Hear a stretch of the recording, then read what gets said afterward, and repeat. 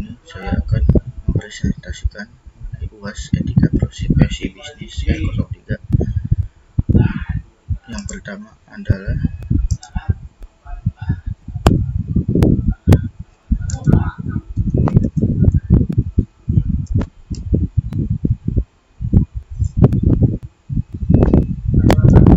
latar belakang data scan. Latar belakang di sini pada penggunaan awalnya tuh digunakan sebagai pengganti untuk komputer scan oleh Peter Naur tahun 1960.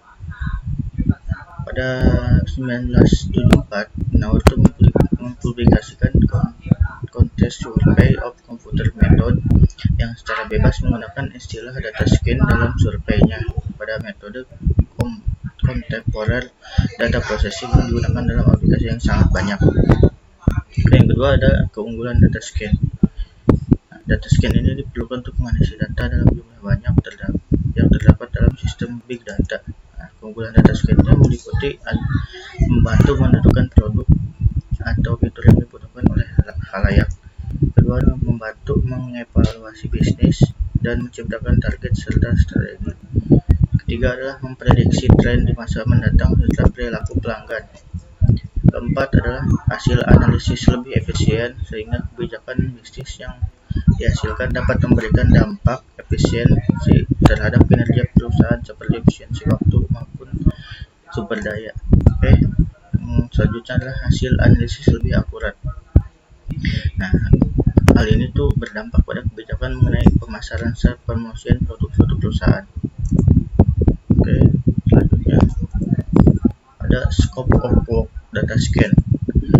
Pengaruh scope of data scan ini berpengaruh data yang sangat besar di berbagai sektor. Setiap industri memiliki ketergantungan tinggi pada ilmu data dan menawarkan peluang besar bagi seorang ilmuwan data. Selanjutnya, pengaruh ilmu data sangat besar di berbagai sektor, yaitu setiap industri memiliki ketergantungan tinggi pada ilmu data yang menawarkan peluang besar bagi seorang ilmuwan data. Yang keempat, adanya roadmap keilmuan data scan. Roadmap keilmuan data scan ini tuh berkembang dengan cepat dan memiliki berbagai kemungkinan yang mengelilingi sehingga membatasinya dan dengan definisi dasar yang bersederhana.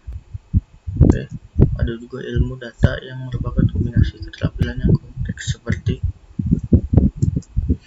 pemrograman Python, analisis dan visualisasi data, alat baris perintah, basis data, statistika, pembelajaran dan pelajaran mesin. Yang kelima adalah penerapan data scan. Penerapan data scan ini ada beberapa pro dan kontra tentang pemanfaatan data scan di bidang kesehatan. Di satu sisi, sebagian orang beranggapan bahwa health teknologi yang memanfaatkan data scan atau machine learning berpotensi menimbulkan permasalahan baru, dari mulai penyalahgunaan data pasien hingga dokter atau perawatan yang tergantikan oleh mesin. Penggunaan data scan di ranah health teknologi ini juga memberikan dampak positif, seperti membantu penjagaan dini terhadap berbagai penyakit. Salah satunya adalah memprediksi flu menggunakan analisis data. Dalam beberapa tahun terakhir ini, Saman mengembangkan sebuah sistem yang dapat memperkirakan waktu dan wilayah yang rentan penyebaran flu. Saman ini menganalisis berbagai data dalam proses analisis tersebut. Di antaranya membandingkan kejadian flu dengan ragam kondisi yang memungkinkan terjadinya penyebaran virus influenza. Yang selanjutnya, bantu deteksi dan penanggulangan endometriosis.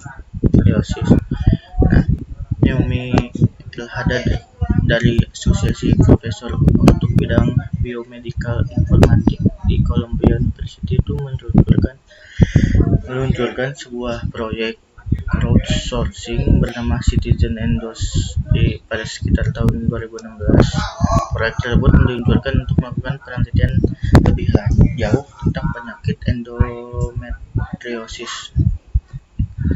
Salah satu caranya itu dengan mengembangkan Vendo. Vendo itu sebuah aplikasi mobile yang digunakan untuk membantu penelitian dalam memantau dan memahami endometriosis. Selanjutnya, inovasi dalam pengobatan kanker. Andre Calipano dari Founding Director dan Chair Department of System Biology di Columbia University itu melakukan pengamatan terhadap penyakit kanker dengan cara yang berbeda, yaitu dengan hasil penelitian dia, pengobatan untuk kanker bisa dimodifikasi sesuai dengan susunan protein dari sel kanker tersebut. Selanjutnya, penerjemah bahasa isyarat.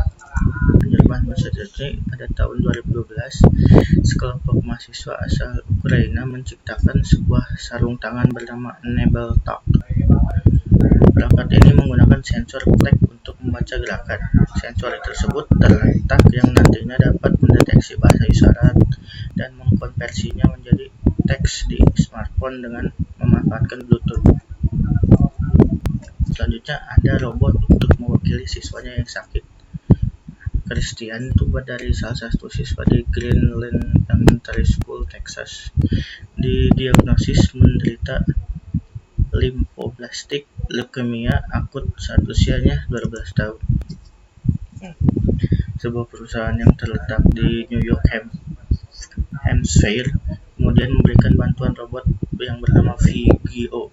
Vigio ini memiliki kamera yang berhubung dengan komputer yang dimiliki Christian di rumahnya. Jadi Vigio ini akan hadir di kelas dan mewakili Christian yang mengikuti kelas di komputernya di rumah. Dengan namanya, apa persiapan untuk bisa berkontribusi dalam pengembangan data scan? Skill yang harus kita kuasai itu untuk bisa berkontribusi dalam pengembangan data scan ini, pertama ada pemrograman. Nah, pemrograman ini di perusahaan manapun juga seorang data scientist bekerja, kemampuan akan programming sudah menjadi suatu keharusan. Jadi seorang data scientist itu harus memahami tools of trade yang digunakan secara mendalam.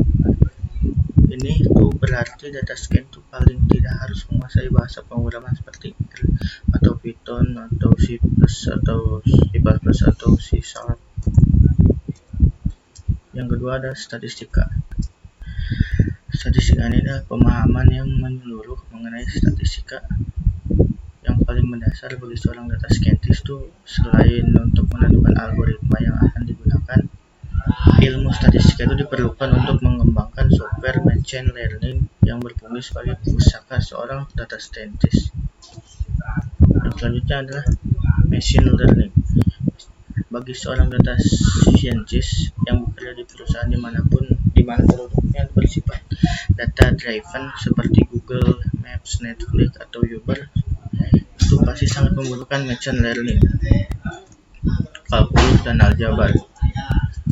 Menguasai kalkulus dengan fungsi yang dapat diterapkan di banyak variabel dan aljabar linear merupakan suatu yang tak kalah penting bagi seorang data scientist. Kalkulus dan aljabar merupakan konsep yang paling dasar dan sederhana bagi data scientist. Pemetaan data. Selanjutnya, pemetaan. Terkadang data yang kita dapatkan tidaklah sesempurna yang kita kira. Cara penulisan kata itu Yogyakarta dan Jogja berbeda, tetapi secara konsep memiliki makna yang sama. Dan ingat, komputer itu tidak seperti sepintar manusia. Sebagai seorang data scientist, kita harus membuat data tersebut dikenal oleh komputer. Selanjutnya ada komunikasi dan visualisasi data. Bagi manajemen yang data driven, terutama di perusahaan yang masih tergolong baru, data scientist di perusahaan mereka sering dimintai bantuan dalam menentukan arah kebijakan suatu perusahaan. Maka tak heran jika data scientist harus pandai memvisualisasikan dan mempresentasikan data hasil olahannya sendiri. Software engineering. Di perusahaan startup teknologi itu biasanya melibatkan langsung data scientist mereka ke dalam pengembangan software. Tapi dimanapun kita bekerja, tidak ada salahnya kita belajar sedikit tentang software engineering tersebut. Selanjutnya, intuisi. Nah, skill itu sebenarnya lebih dibutuhkan bagi seorang data analisis yang harus memecahkan masalah dari data yang sudah diolah. Intuisi ini sering mengarah pada gambling yang memang bertolak belakang dengan kata science berdata scientist dari perkataan dari Sherlock Holmes versi serial BBC mengatakan sebuah intuisi lahir dari pemrosesan secara cepat jutaan data juga yang ada di dalam otak sampai otak kita sendiri pun tak mampu menyadari proses tersebut. Oke, selanjutnya ide pengembangan data scientist. Ide scientist adanya internet untuk kereta. Nah, ketika data scientist digunakan untuk kereta, maka pemeliharaan kereta dapat dilakukan dengan lebih terukur. Sensor IoT dapat digunakan untuk mengecek bagian-bagian kereta setiap waktu. Indonesia sendiri itu pada saat ini tengah mengembangkan Light Rail Transit atau LRT Palembang dan Mass Rapid Transit atau MRT Jakarta. Kedua proyek tersebut diharapkan akan mulai beroperasi dengan baik masing-masing dan sudah beroperasi tahun 2018 dan 2019.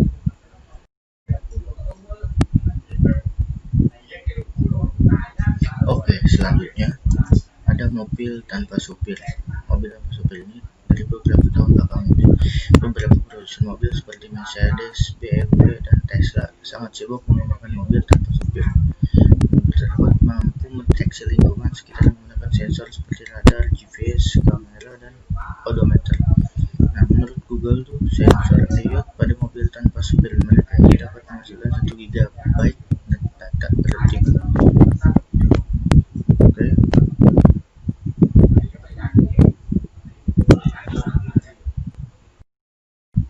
Nah, pada bulan Agustus 2016, Tommy, sebuah perusahaan startup, meluncurkan Arbana taksi tanpa supir pertama di bawah program percontohan di Singapura. Oke, sekian dulu presentasi mengenai jawaban UAS etika profesi bisnis R03 dari saya. Mohon maaf kalau ada salah-salah kata atau ucapan bahkan jawaban yang kurang lengkap, mohon dimaafkan. Wabillahi taufiq wal hidayah. Wassalamualaikum warahmatullahi wabarakatuh.